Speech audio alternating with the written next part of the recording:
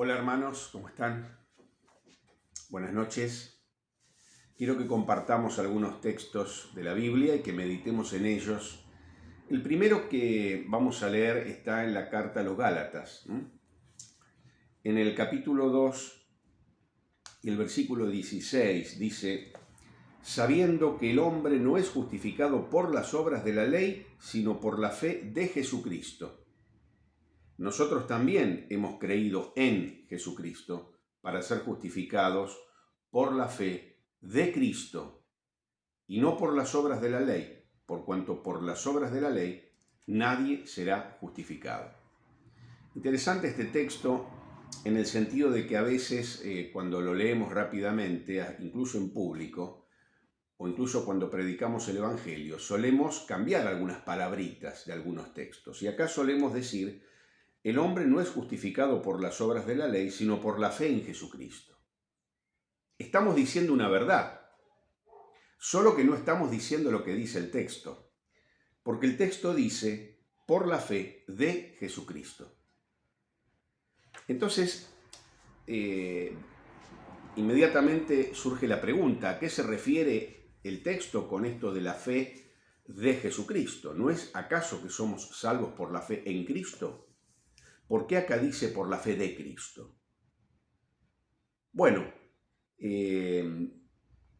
una gran verdad que nosotros sabemos y que nosotros predicamos es que la fe que salva es la fe en la persona y en la obra del Señor Jesucristo. Pero cuidado, no cualquier tipo de fe. Porque yo puedo tener fe en que Jesucristo existió, o puedo tener fe en que Jesucristo fue un buen hombre.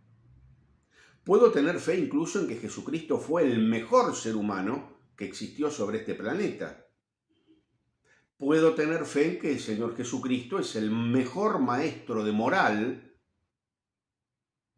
que enseñó sobre este mundo. Aún así, esa no es la fe que me salva. La fe que me salva es la fe en Jesucristo, pero también la fe de Jesucristo. Para ser salvos tenemos que depositar nuestra fe en Cristo, pero de una determinada manera. ¿Qué es la fe de Jesucristo? Es la misma fe que tuvo Jesucristo en su obra. El Señor Jesucristo tuvo plena fe, plena confianza que su obra en la cruz nos iba a salvar. El Señor Jesucristo tuvo plena fe, plena confianza, plena certeza de que su sangre derramada en la cruz del Calvario iba a ser el precio de nuestra redención. El Señor Jesucristo tuvo bien claro, tuvo plena fe, que su obra perfecta en la cruz iba a agradar al Padre e iba a operar a favor de nuestra justificación. Entonces es esa misma fe, la de Jesucristo, la que todo ser humano debe tener en Jesucristo para ser salvos. Es la fe de Cristo, la misma fe que tuvo Él. Esta fe tiene unas determinadas características. Como dice el apóstol Santiago en el capítulo 2 de su carta, ¿de qué aprovechará si alguno dice que tiene fe y no tiene obras? ¿Podrá la fe salvarle? Sigue diciendo Santiago: así también la fe, si no tiene obras, es muerta en sí misma. Pero alguno dirá: tú tienes fe y yo tengo obras. Muéstrame tu fe sin tus obras y yo te mostraré mi fe por mis obras. Sigue explicando y dando vueltas sobre el mismo asunto aquí el apóstol, aquí Santiago en este capítulo 2 de su carta universal. Y es importante también que tengamos en cuenta que lo que nos dice Santiago no es contradictorio con lo que nos dice Pablo. Lo que nos está enseñando Santiago es que esa fe de Jesucristo y en Jesucristo tiene determinadas características. La fe que salva es una fe que produce buenas obras. La fe que salva es una fe que produce efectos, que se manifiesta de determinada manera. No es una mera creencia, va a decir luego Santiago, bien, los demonios también creen y tiemblan, y eso no los salva, no es una fe salvadora. La fe salvadora es la fe de Jesucristo. Y la fe de Jesucristo es una fe que se manifiesta de determinada manera. Si queremos ver o queremos aprender cómo se manifiesta esa fe de Jesucristo, cómo se manifiesta en la vida del creyente, cómo se muestra esa fe viva, cómo los que nos observan pueden ver, pueden observar que hemos tenido la fe de Jesucristo y hemos nacido de nuevo. Bueno, esta fe se manifiesta de determinada manera, y una buena manera de saberlo, de aprenderlo, es leyendo el capítulo 11 de Hebreos, que tiene 40 versículos. No lo vamos a leer, yo espero y les animo a que ustedes lo lean. Tal vez ustedes incluso hasta lo han leído en los momentos previos a esta reflexión. Y yo quiero que rápidamente veamos qué hace la fe genuina, la fe verdadera. La fe en Jesucristo y la fe de Jesucristo. La fe viva de la que habla Santiago. La fe que salva. La fe que tienen aquellos que han nacido de nuevo. ¿Qué hace la fe? Vamos a ver rápidamente, en base al capítulo 11 de Hebreos, aquello que hace la fe. ¿Cómo se manifiesta la fe? En primer lugar, vemos que la fe nos hace agradar a Dios. Este es el primer punto y el punto más importante. La fe hace que agrademos a Dios.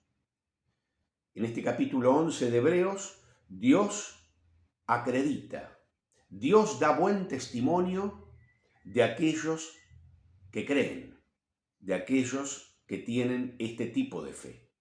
Y pensemos que este es el propósito real, genuino, de la vida del creyente, y yo diría de la vida de todo ser humano. El propósito, el fin de la vida del ser humano en esta tierra es glorificar a Dios.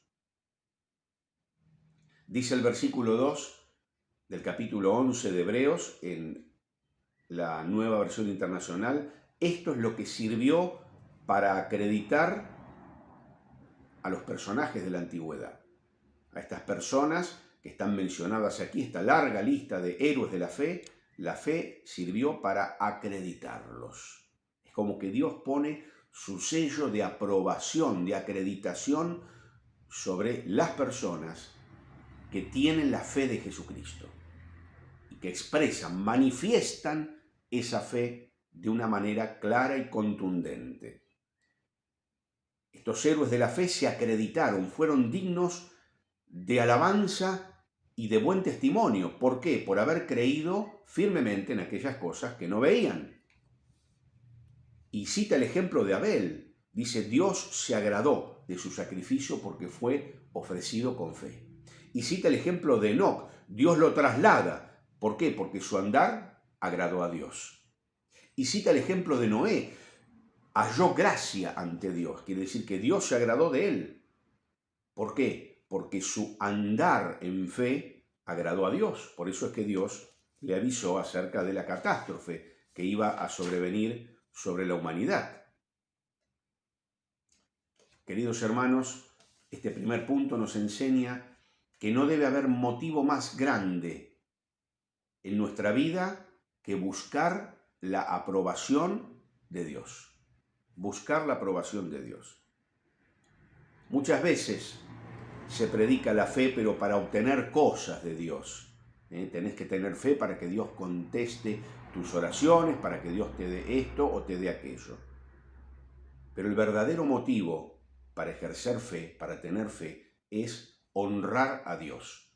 La fe de Jesucristo en el creyente, manifestada a través de obras, es una fe que honra a Dios, es una fe que agrada a Dios. Por eso dice, sin fe es imposible agradarlo. El sentido del texto griego es contundente, es como si dijera, sin fe es imposible agradarlo en lo absoluto. ¿No es cierto que a veces cuando no se da crédito a nuestra palabra nos ofendemos con justa razón? Porque si estamos diciendo la verdad y no se nos cree, nos ofendemos. Consideramos que es una afrenta, que es una falta de respeto. Bien, queridos hermanos, a Dios también hay que tomarlo en serio. Por eso, la fe en Dios, le honra a Dios. La verdadera fe del creyente le honra a Dios. Y la fe produce y nos conduce al segundo punto que quiero reflexionar con ustedes, que es la fe que nos hace obedientes. En primer lugar, la fe nos acredita delante de Dios. La fe hace que honremos a Dios. Recuerden que estamos viendo qué hace la fe. La fe de Jesucristo, la fe genuina, verdadera, la fe del creyente verdadero, la fe del que nació de nuevo. La fe hace que honremos a Dios, pero también la fe nos hace obedientes. La fe es un acto de la mente que confía en Dios, pero también la fe es algo que nos lleva a actos de obediencia. No se queda en la mente nada más, nos lleva a actos de obediencia. Y muestra el capítulo 11 de Hebreos el ejemplo de Noé.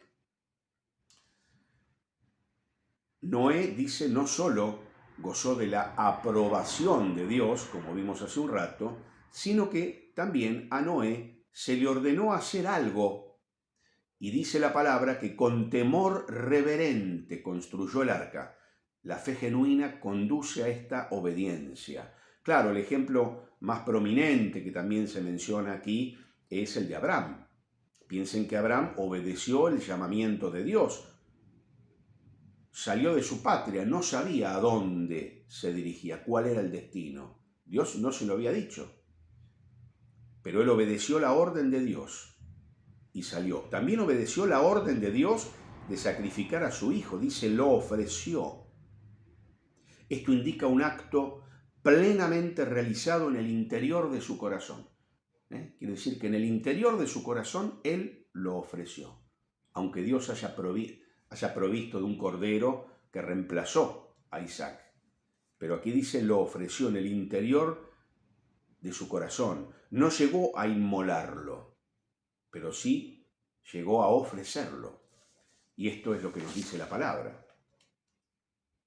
Hermanos, algunas personas nunca realizan nada para Dios, porque a veces queremos mucha información por adelantado. La fe de Noé fue, dice la Escritura, temerosa y reverente. Esto quiere decir que obedeció rápidamente, con temor y reverencia. Reverencia es la actitud de aquel que sabe quién es Dios. Y como sabe quién es Dios, tiene una actitud reverente. A veces escuchamos oraciones y demás en tonos muy irreverentes. A veces nos preguntamos si esa persona sabe realmente con quién está hablando, ¿no?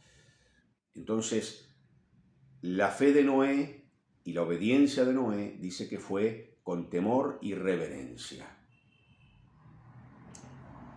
Obedecer a lo que Dios dice es tomarle la palabra a Dios y actuar inmediatamente, No le decimos a Dios, sí, espera que termino esto y ya voy. No. Actuamos como Noé, con temor, con reverencia y en forma inmediata.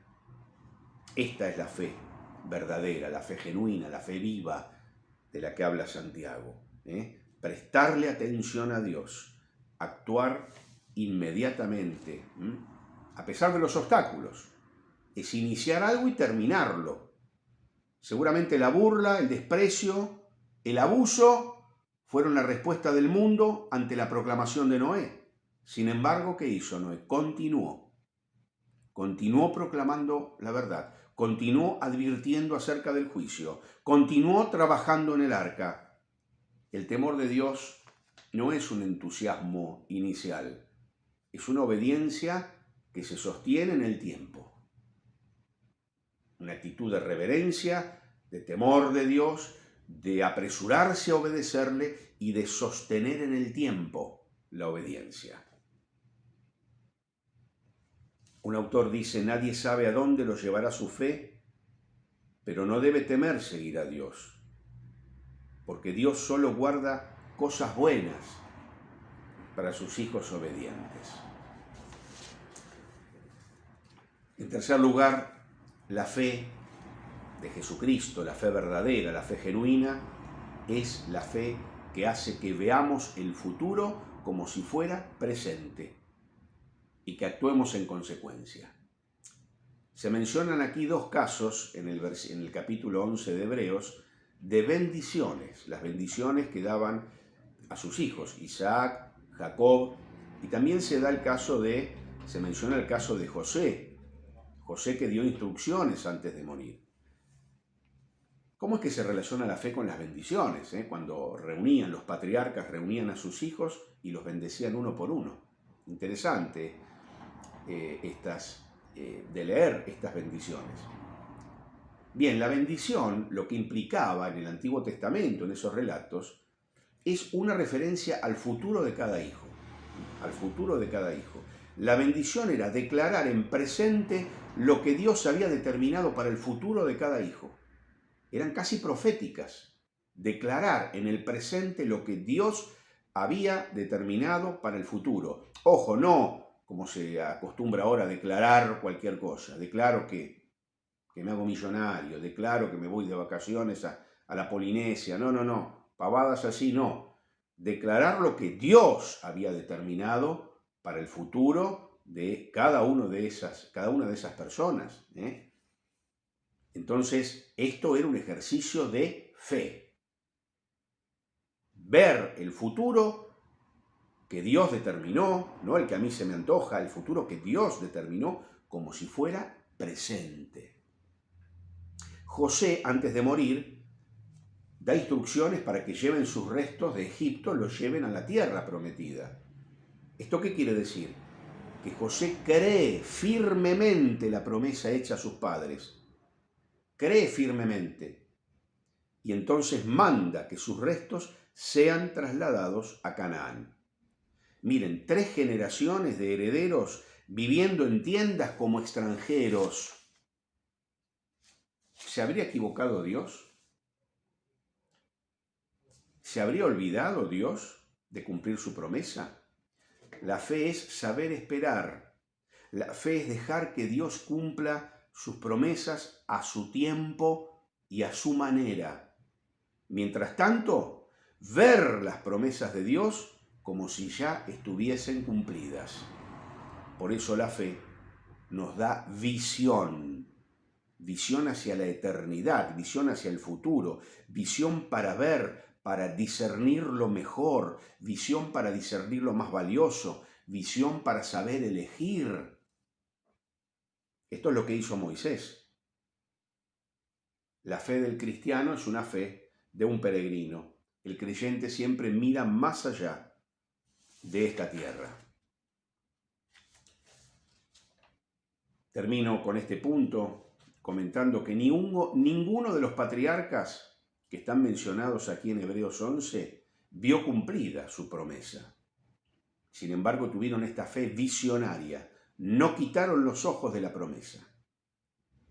Y todo a pesar de los elementos y situaciones que en realidad conspiraban en contra. Fíjense, Isaac creyó, a pesar de ver el pecado y las tropelías que cometían los hijos. Jacob creyó, a pesar de que no solo que no vio la posesión de la tierra, sino que además vio lo contrario. O sea, fue obligado a salir de Canaán y trasladarse a Egipto. Sin embargo, él vio y dijo, bueno, cuando yo muera, trasladen mis restos ahí a la tierra, a donde Dios prometió. Esto lo dijo José. José da estas instrucciones. Ahora, si alguien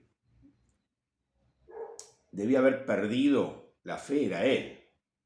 Vendido, acusado falsamente, encarcelado, olvidado. Hombre de Dios en tierra extranjera, muere en tierra extranjera. Bien, ninguno de ellos, ni Jacob, ni Isaac, ni José, ninguno de ellos quitaron sus ojos espirituales de la promesa, a pesar de que los indicios sensibles y visibles le indicaran lo contrario. En cuarto lugar, la fe hace y nos permite discriminar entre lo inferior y lo superior. ¿Mm? Es cierto que la fe verdadera, genuina, hace mirar hacia adelante, como Jesucristo dice. Por el gozo puesto delante de él menospreció la cruz. Por el gozo puesto delante de él, menospreciando lo oprobio, ¿no? Enfrentó la cruz, menospreciando lo oprobio. Quiere decir que, ¿cuál era el gozo puesto delante de él? Quiere decir que él veía delante suyo ese gozo que era presentarnos a nosotros, la iglesia, los redimidos, delante de Dios algún día. Él veía hacia el futuro. Entonces, la fe no solo nos permite mirar hacia adelante, sino que también nos permite mirar hacia arriba. La fe nos conduce a renunciar a lo inferior y preferir lo superior. Mirar hacia la eternidad. La fe discierne lo mejor y nos lleva a tomar decisiones sabias. Vemos el caso de Moisés, es el más paradigmático, ¿no? Renuncia a ese papel de príncipe en la corte del faraón, toma la decisión de sufrir malos tratos, los que sufría su pueblo, antes de gozar de esta vida cómoda, ligera. ¿Por qué? Porque su mirada estaba puesta, dice la Escritura, en el galardón.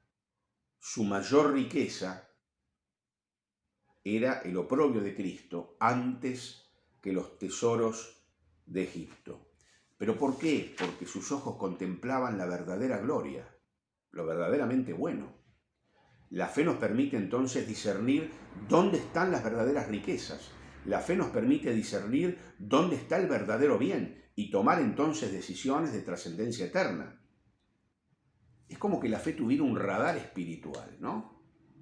Moisés rechazó, dice, todo lo que el mundo tenía para ofrecerle, pero no por masoquismo, porque le gustaba sufrir, va a sufrir un poco, no, para pasar un rato de aflicción y nos divertimos.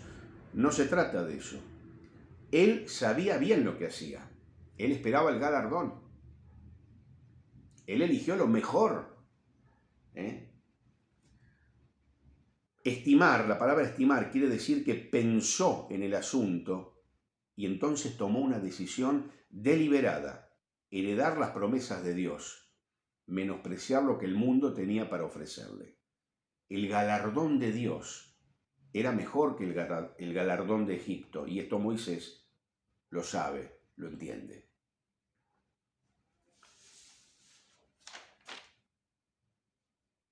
En quinto lugar, la fe nos permite tomar posesión de las bendiciones prometidas. Podríamos decir que la fe de Jesucristo, la fe de la que habla Santiago, es una fe audaz, conquistadora. La fe sostuvo y dio intrepidez al pueblo, por ejemplo, para pasar el Mar Rojo. Por la fe también dice cayeron los muros de Jericó. Por la fe actuó Rahab, despreciando o desafiando, mejor dicho, al rey, a su propio rey, ¿no? Esto es audacia, ya puso en riesgo su vida. Los padres de Moisés tuvieron fe también, audaz, valiente. Un autor dice, muchos creyentes por su fe débil se quedan del otro lado del Jordán y no dan el paso de fe audaz que se necesita para tomar posesión de las bendiciones que Dios tiene preparadas para nosotros. Dios nos va a proporcionar victoria sobre los enemigos si creemos y seguimos sus instrucciones. Una fe, como dijimos, que da poder para tomar posesión de las bendiciones espirituales, da poder para hacer grandes hazañas para Dios. Es como si dijéramos una fe heroica, ¿no es cierto? Miren, para conquistar las riquezas espirituales necesitamos una fe audaz, pero para realizar grandes hazañas para Dios, ¿cuántas veces admiramos esos grandes hombres de Dios? Para hacer estas grandes hazañas para Dios se requiere una fe heroica. Esa fe nos permite asumir grandes responsabilidades en la obra de Dios y hacer cosas grandes para Dios. La fe de Jesucristo. Fíjense si Jesucristo no hizo algo grande para Dios. Redimir a todo su pueblo y ofrecerlo a Dios para el avance y para la gloria de su gracia. En sexto lugar, hermanos, la fe nos capacita para soportar los sufrimientos, los padecimientos. Nos sostiene en los padecimientos. Lo tenemos aquí en los versículos 35 al 38. Claro, el trasfondo histórico está tomado del libro del segundo libro de los Macabeos, que es fidedigno desde el punto de vista histórico, aunque no sea canónico, aunque no lo tengamos en nuestra Biblia. Tiene datos históricos muy importantes, muy interesantes. Y el libro de los Macabeos nos cuenta lo que padecieron los héroes de la fe: prisiones, cárceles, apedreados, aserrados, muertos a filos de espada, maltratados, errantes. Bien, esta es la marca suprema de la fe auténtica. La fe auténtica no está tan preocupada por lo que sucede de este lado de la muerte como por lo que sucede del otro lado. La fe más brillante es la que brilla cuando el bien se ha desvanecido, cuando el mal está entronizado, cuando la vida parece completamente irracional. Esa es la fe que nos sostiene en los padecimientos, en los sufrimientos. La marca por excelencia de la fe verdadera, de la fe genuina, de la fe que nos salvó, de la fe de Jesucristo. En séptimo lugar, hermanos, la fe nos eleva por encima del mundo, nos hace diferentes. Fíjense cómo dice el versículo 38 del capítulo 11 de Hebreos. Dice: de los cuales el mundo no era digno.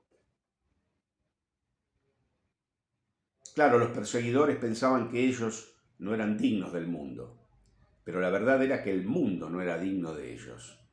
El veredicto de Dios es este: el mundo no podía compararse con ellos.